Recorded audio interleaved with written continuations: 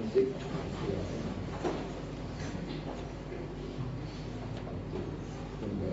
Duduk di tempat.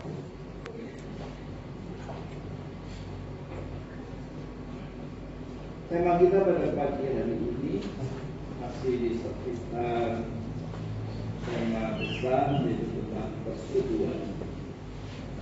Kalau di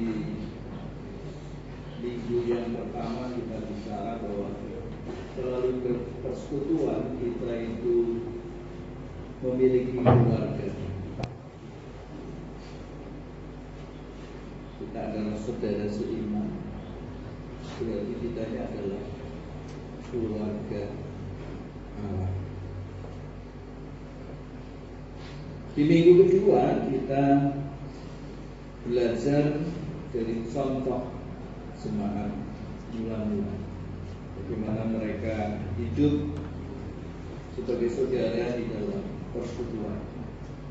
Bahkan yang menarik dari kehidupan mereka, hidup mereka itu menjadi perhatian banyak. Dan melalui kesaksian mereka, jumlah mereka tiap-tiap hari ditambah. Di minggu ketiga kita belajar bahwa di dalam persekutuan itu ada persaudaraan yang saling membangun satu dengan yang lain, saling menopang satu dengan yang lain, sehingga tidak ada di antara kita yang hidup di dalam persekutuan itu seorang. Kita tidak menjadi orang asing di tengah-tengah persekutuan itu. Bahkan di minggu keempat kita belajar di dalam persekutuan kita mendapatkan satu pengajaran yang bisa mengubah kehidupan kita sehingga kehidupan kita bertumbuh. Hari ini dalam tema penyembahan bersama yang memuliakan, di dalam persekutuan ada penyembahan. Bapak Ibu, saudara yang dikasihi Tuhan Yesus Kristus, penyembahan adalah satu ekspresi kasih dan pujian kita kepada Tuhan Allah. Jadi sekali lagi, ketika orang menyembah Tuhan, itu tidak bicara soal suara, tidak bicara tentang merdunya suara seseorang, juga tidak bicara tentang musik apa yang digunakan, atau bicara tentang cara yang seperti apa yang harus dilakukan. Karena sebuah penyembahan itu adalah lebih kepada masalah hati, bukan soal cara, tetapi soal hati. Bagaimana setiap orang yang menyembah Tuhan, dia adalah seorang yang sungguh-sungguh merespon terhadap kehadiran Tuhan yang Maha Agung, bahkan Tuhan yang kudus, yang keadilannya itu lebih penting dari seluruh aktivitas manusia normal. Dan sekali lagi, kekudusannya itulah yang membuat setiap orang percaya datang menyembah Tuhan. Penyembahan di dalam Alkitab itu terus bergerak di antara pengalaman baik itu secara pribadi maupun secara bersama. Setiap orang bisa secara pribadi dia bisa menyembah Tuhan, tetapi penyembahan juga menjadi satu pengalaman bersama ketika umat Tuhan, ketika pribadi-pribadi yang menyembah Tuhan ini mereka menyembah Tuhan bersama satu. Nah, inilah membawa manusia itu masuk di dalam hubungan yang intim. Setiap orang percaya yang menyembah Tuhan, mereka masuk ke dalam hubungan yang begitu dekat dengan Tuhan. Itu sebabnya Tuhan itu menciptakan manusia sebagai makhluk yang istimewa. Karena apa? Manusia ini dipanggil untuk dua hal. Yang pertama, manusia itu dipanggil untuk menyembah Tuhan. Yang kedua, manusia dipanggil untuk melayani Tuhan. Jadi, Bapak Ibu Saudara, ketika kita percaya kepada Tuhan Yesus Kristus, dua hal yang harus kita lakukan di dalam kehidupan kita, yaitu menyembah Dia sebagai satu respon kita bahwa Dia adalah Allah yang patut dihormati, Allah yang diagungkan dan dimuliakan. Yang kedua, kita melayani Dia karena Dia adalah Tuhan dan kita ini adalah hamba. Dan sebagai hamba kita melayani Tuhan.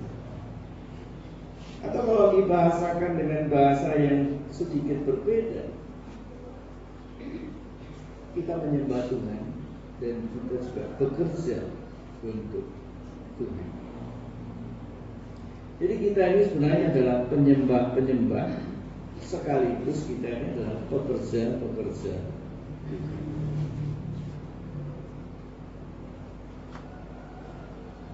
Di lain pihak, penyembahan merupakan latihan spiritual yang menghubungkan manusia itu dengan Allah melalui ekspresi hati yang mengasihi. Makanya, mengapa penyembahan itu berkaitan dengan ekspresi kasih dan pujian kepada Allah. Di dalam Perjanjian Lama, kata yang dipakai menyembah di sana itu artinya adalah bersujud, membungkuk lebih rendah atau merendahkan diri sendiri.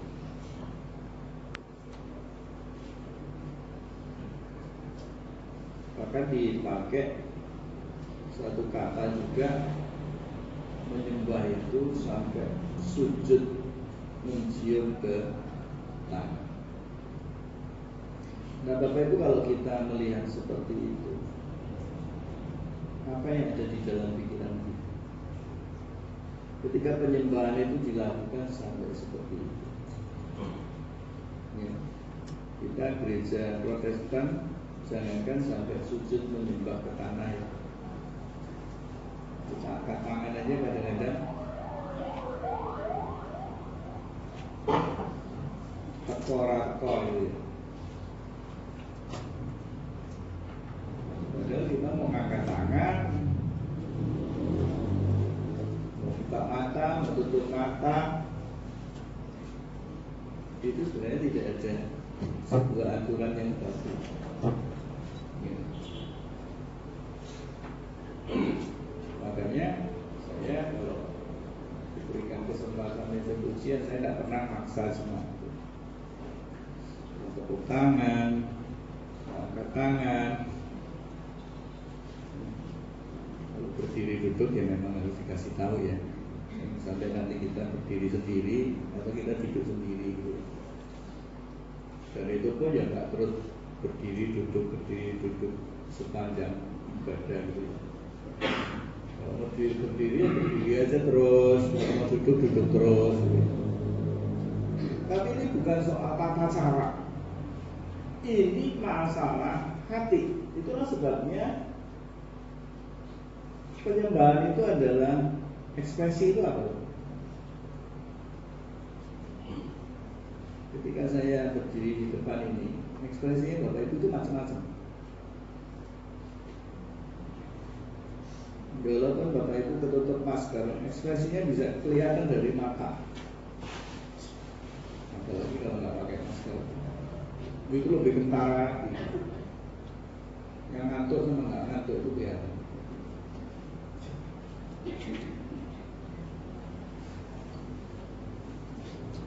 yang perhatian sama nggak perhatian itu kelihatan itu dari ekspresinya. Tetapi saya tidak sedang mempermasalahkan ekspresi Bapak Ibu. Tetapi ekspresi itu bukan dibuat-buat Bapak Ibu. Itu datang dengan sendirinya. Jadi Bapak Ibu kalau kita ingin buka sinetron gitu ya, atau lihat film, atau lihat sidangnya Sambo gitu. Ada yang ekspresinya bisa marah, bisa senyum-senyum. Apalagi kalau kita dengar kesaksiannya siapa? Sopirnya Fuad, bukan di tempat sidang kayak keadilan ini. Kalau Katola bilang apa? Ya teman tukuran ini. Seperti itu ya. Tapi kalau kita lihat bagaimana mendengar kesaksian dari Richard Eliezer, ada yang sampai nangis. Apalagi Bapak Ibu yang suka sinetron ya, itu juga bisa bikin nangis, bahkan bisa bikin marah gitu ya. Jadi ekspresi itu bukan sesuatu yang dibuat-buat, tetapi muncul begitu saja. Gak usah disuruh-suruh gitu ya. Gak perlu dipaksa-paksa, muncul begitu saja. Nah, kalau ekspresi kasih dan ujian itu juga seharusnya juga natural gitu, sesuatu yang tidak perlu satu persiapan dan lain sebagaimana gitu ya. Itu muncul gitu.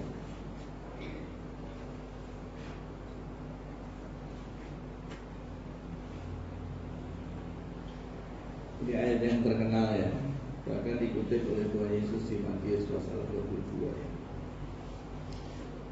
Kasihlah Tuhan Allahmu dengan segenap hatimu dan dengan segenap jiwamu dan dengan segenap kekuatanmu. Di dalam Matius itu ada dengan segenap akal budimu. Jadi ini kasih ini bicara tentang totalitas hidup kita. Jadi kalau orang itu menyembah Tuhan, itu melibatkan seluruh hidup. Makanya Rasul Paulus katakan di dalam Roma pasal 12 ayat 1, ibadah yang sejati itu adalah persembahkanlah tubuhmu sebagai persembahan yang hidup. Karena kalau sudah mati, urusan penyembahannya sudah beda.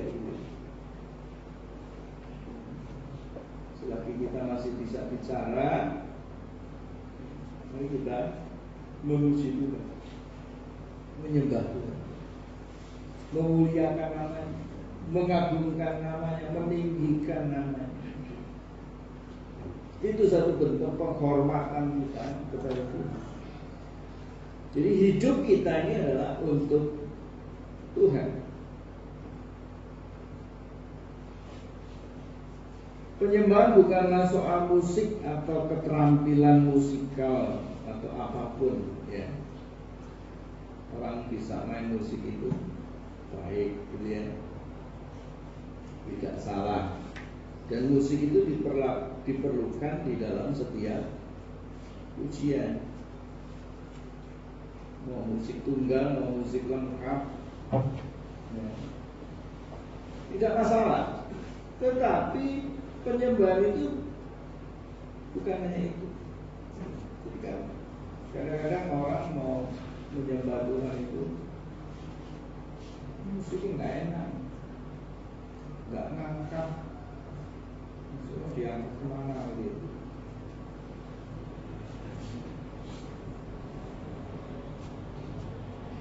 Apalagi wah, ini nggak turun ini. Turun dari mana gitu. Ya, jadi Bapak Ibu, instrumen musik di lain pihak tidak hanya untuk penyembahan, tapi dapat dipersembahkan kepada Tuhan untuk digunakan sebagai bagian dari penyembahan. Jadi musik itu bukan soal bagaimana bunyinya, tetapi bagaimana musik itu bisa membawa kita menyembah.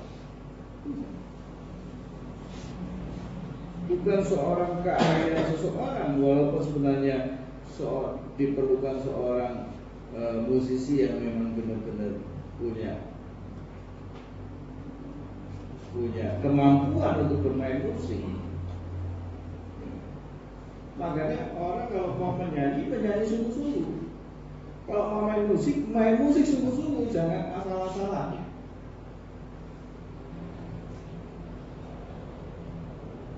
Ini bukan soal perform ya, bukan soal tampilannya seperti apa, tetapi ini isi. Bapak Ibu, saya tidak tahu. Kadang-kadang saya berpikir, kenapa ya lagu-lagu barat itu antara musik dengan syair itu kok bisa pas gitu.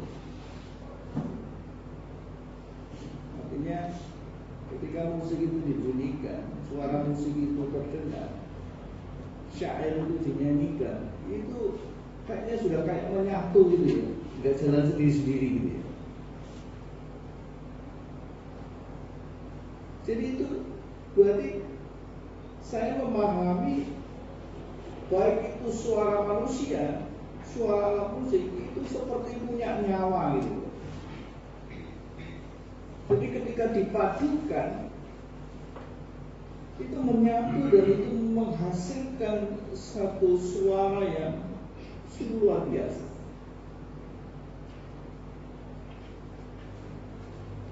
Bapak Ibu yang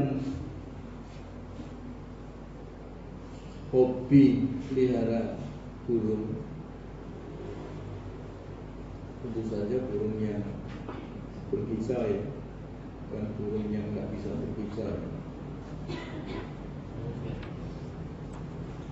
Pasti Bapak Ibu menginginkan suara yang bagus. Tapi pernah nggak kita berpikir ada paduan suara burung?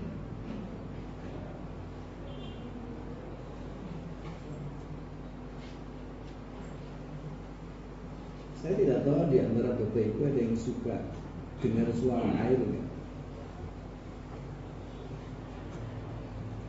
Tidak sempat ya.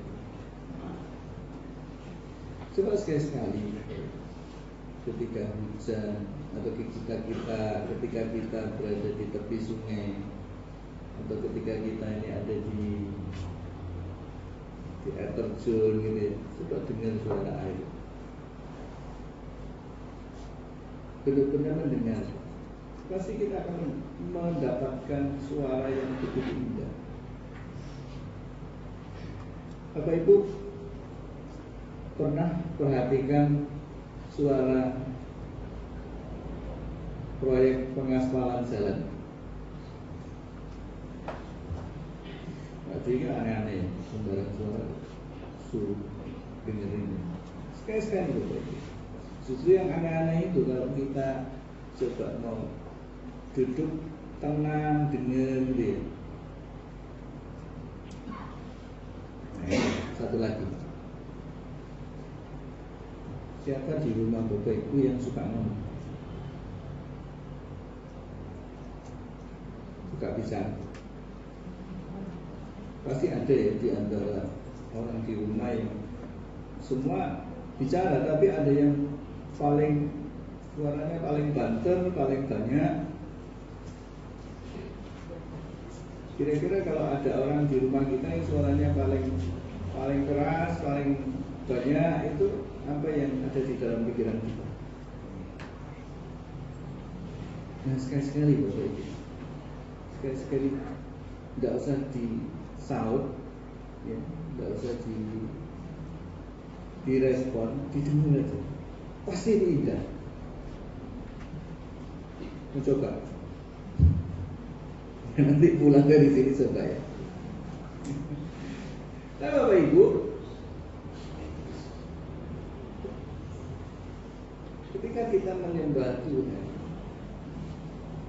ini kan bicara tentang antara saya dengan Tuhan. Kalau kita menyembahnya bersama-sama antara kita dengan Tuhan. Jadi kita tidak hanya sedang bersuara, kita tidak sedang menyenandungkan sebuah nyanyian, tetapi kita juga di saat yang bersama kita sedang mendengar Tuhan berbicara. Sehingga antara suara Tuhan dengan suara kita ini akan menyatu, dan kita bisa merasakan penyembahan itu seperti apa. Kalau kita baca secara lengkap Bapak Ibu, 1 Tawarik pasal 16 ini, khususnya mulai dari ayat 23 sampai 36, kita menemukan dua hal di sana.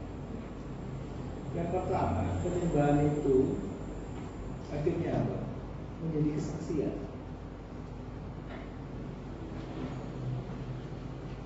Maksudnya apa? Pernah nggak kita nyanyi terus orang tertarik untuk datang? Ini suaranya siapa ya? Bukan karena suaranya males itu, terus mau dikoreksi gitu ya. Enggak. Tapi kayaknya ini tidak seperti biasanya. Menyembah Tuhan, menaikkan pujian kepada Tuhan. Saya tidak tahu ketika kita nyanyikan pujian di awal khotbah tadi. Ini pujian salah satu pujian favorit saya. Di zaman saya masih mahasiswa itu, lagu ini sering saya nyanyikan. Bahkan dengan teman-teman, ya, kalau saya diminta pimpin pujian, saya selalu pilih lagu ini. Dan bagi saya lagu ini benar-benar menyentuh hati saya. Untuk saya bisa menyembah Tuhan, untuk saya sungguh-sungguh bisa memuliakan nama Tuhan. Dan saya percaya Bapak Ibu masing-masing punya nyanyian yang biasa Bapak Ibu nyanyikan. Kalau Pak Kaleb senangannya apa?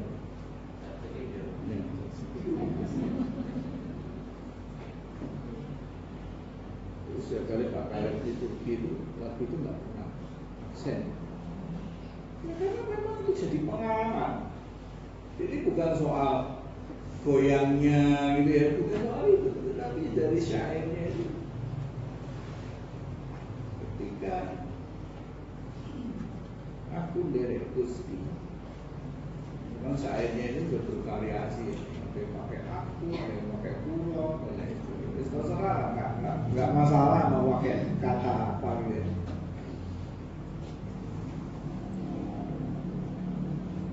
Intinya sejak ikut Tuhan, aku diberkati.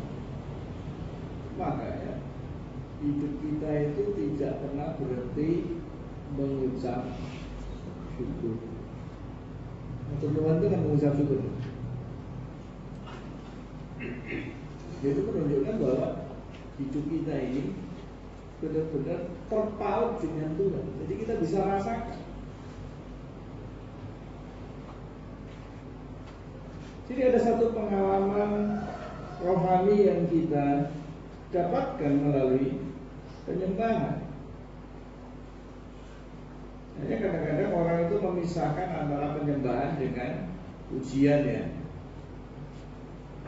Kalau saya nyanyi, aku memuji kebesaran-Mu, itu pujian atau penyembahan? Tapi kata-katanya memuji Tuhan. Ya, jadi penyembahan itu bukan soal kata-kata.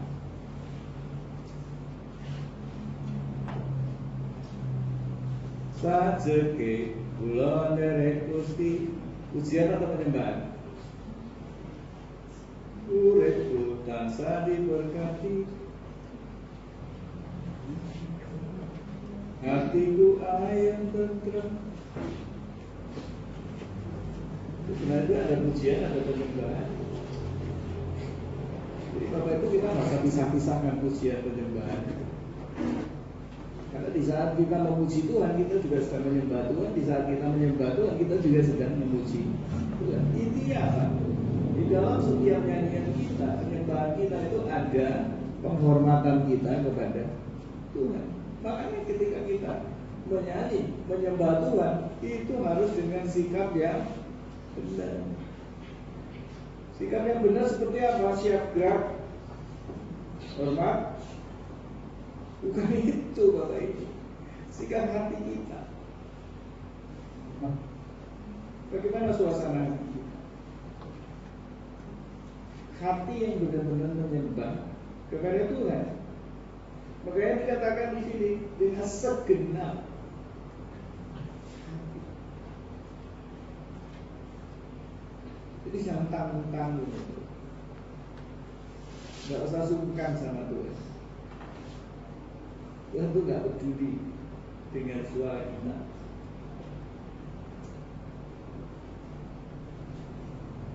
Penyembahan bukanlah soal musik, tetapi penyembahan adalah soal bagaimana kita fokus kita kepada Tuhan. Dalam beribadah maka Tuhan akan menerima penyembahan itu asalkan memfokuskan penyembahan itu hanya kepada Dia. Apakah ada penyembahan yang tidak fokus sama Tuhan? Mungkin tidak ada. Di sini, tapi di mana-mana ada.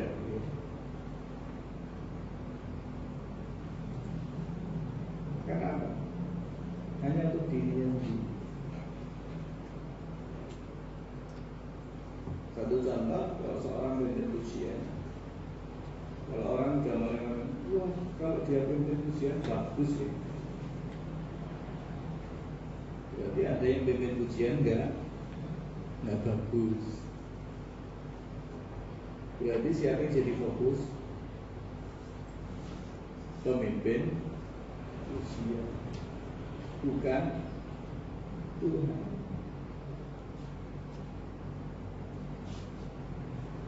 Itu satu contoh saja.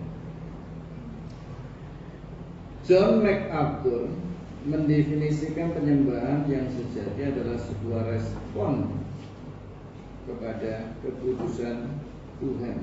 Tadi sudah saya katakan di sana. Tuhan itu kudus. Makanya kita harus menyembah Dia di dalam kekudusan. Artinya dengan hati yang benar-benar terbuka di hadapan Tuhan. Seorang gembala senior dan jemaatnya sungguh luar biasa bertumbuh di dalam iman. Rick Warren dia katakan bahwa seluruh kehidupan orang percaya itu adalah penyembahan. Jadi bukan hanya soal ketika orang percaya itu sedang menyanyi memuji Tuhan, tetapi ketika mendengarkan khotbah itu juga penyembahan. Bahkan ketika Bapak Ibu yang rajin catat, membuat catatan khotbah, itu juga sebuah penyembahan. Ketika kita mengikuti perjamuan kudus, bahkan ketika kita menyambut jemaat di pintu masuk itu juga sebuah penyembahan. Maksudnya apa? Bapak Ibu sekali lagi yang perlu kita garis bawahi, penyembahan itu intinya penghormatan kita kepada Tuhan. Artinya apa? Kalau kita menghormati Tuhan, apapun yang kita lakukan itu adalah untuk Tuhan. Makanya Rasul Paulus katakan apapun yang kamu lakukan, baik itu makan, minum, dan apapun juga lakukanlah untuk kemuliaan Tuhan. Jadi kita tidak menyembah Tuhan itu hanya ketika kita duduk bersama pada hari Minggu di ibadah Minggu, tapi seluruh kehidupan kita adalah penyembahan Tuhan. Seluruh aktivitas keseharian kita, kegiatan kita, apapun yang kita kerjakan setiap hari itu adalah penyembahan kita kepada Tuhan. Apa hubungannya dengan persekutuan? Bapak Ibu tahu ini apa? Gambar api unggun. Api unggun itu disusun dari potongan atau belahan kayu-kayu ya, yang disusun sedemikian rupa dan ketika dinyalakan itu menjadi nyala api yang besar gitu. Nah, ketika salah satu kayu diambil dari unggun itu, apa yang terjadi? Mungkin ketika baru diambil dia masih menyala ya, tapi lama-lama apinya mulai mengecil, bahkan akhirnya padam.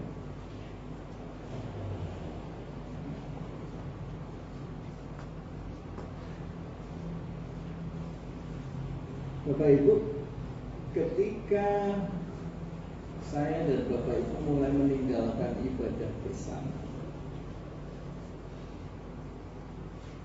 biasanya kita juga sedang mulai meninggalkan komitmen kita sebagai anak-anak Tuhan. Maka disitulah tanda bahaya harus segera dinyalakan. Caranya gimana? Ya, kita harus kembali ke sini. Jadi Bapak Ibu nggak ada ceritanya orang Kristen itu tumbuh sendiri. Orang Kristen itu tumbuh bersama. Yaitu di mana? Di dalam persekutuan. Makanya persekutuan itu bukan hanya soal bagaimana kita berkumpul di mana dan kapan, dengan siapa, tetapi nyembah itu diibaratkan kayak kita masing-masing itu punya nyala api dan dikumpulkan, dan nyala api itu menjadi besar, dan penyembahan kita ini sungguh-sungguh menjadi penyembahan yang memuliakan Tuhan, dan kita bisa mempunyai pengalaman. Nah, dari situ kita akhirnya bisa ditopang satu dengan yang lain. Kita dihangatkan satu dengan yang lain. Bahkan kita ini kalau sudah mulai beku harus dipanaskan. Yang dingin ini sudah harus mulai dipanaskan. Oleh karena itu jangan remehkan persekutuan. Seringkali banyak orang Kristen berkata begini, aku bisa baca Alkitab sendiri, aku bisa berdoa sendiri. Ya memang benar, tapi saya mau katakan, kita akan mengalami indahnya berdoa bersama, baca Alkitab bersama, bersekutu bersama.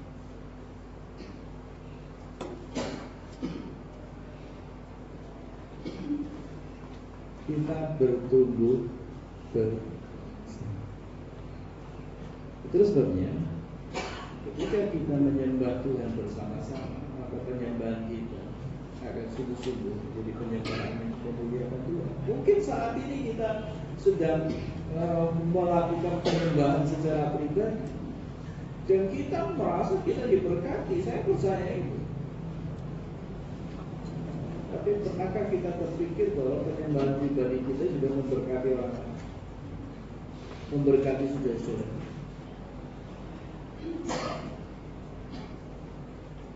Kemarin tanggal 1 Februari saya umumkan gerakan apa Bapak Ibu?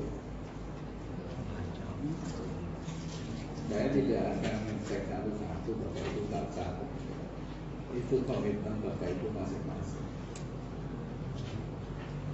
Artinya dalam waktu 3 tahun kalau Bapak Ibu mau baca secara normalnya dalam waktu 3 tahun Bapak Ibu sudah baca dari kitab Perjanjian sampai Wahyu. Kenapa kita pakai santapan hari ini? Kenapa nggak pakai yang lain? Karena itu bacaannya berurut.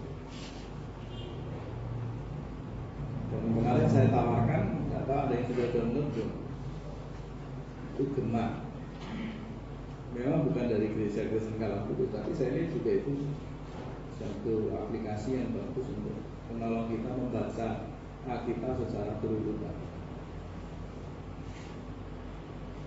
Nah, itu bisa dilakukan bersama, bisa dilakukan pribadi. Tapi yang paling penting itu Bapak catatan harian. Karena apa? Bapak Ibu, kalau Bapak Ibu baca Alkitab hari ini dan Bapak Ibu merasa ada sesuatu yang memberkati Bapak Ibu nggak catat, besok lupa.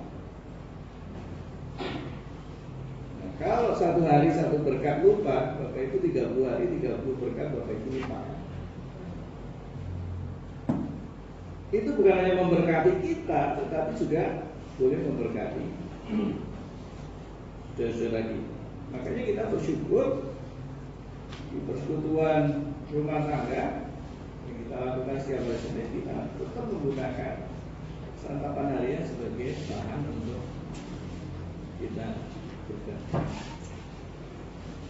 Mungkin apa yang kita pahami hari ini orang lain memahami dengan cara yang berbeda, dan itu memperkaya kita.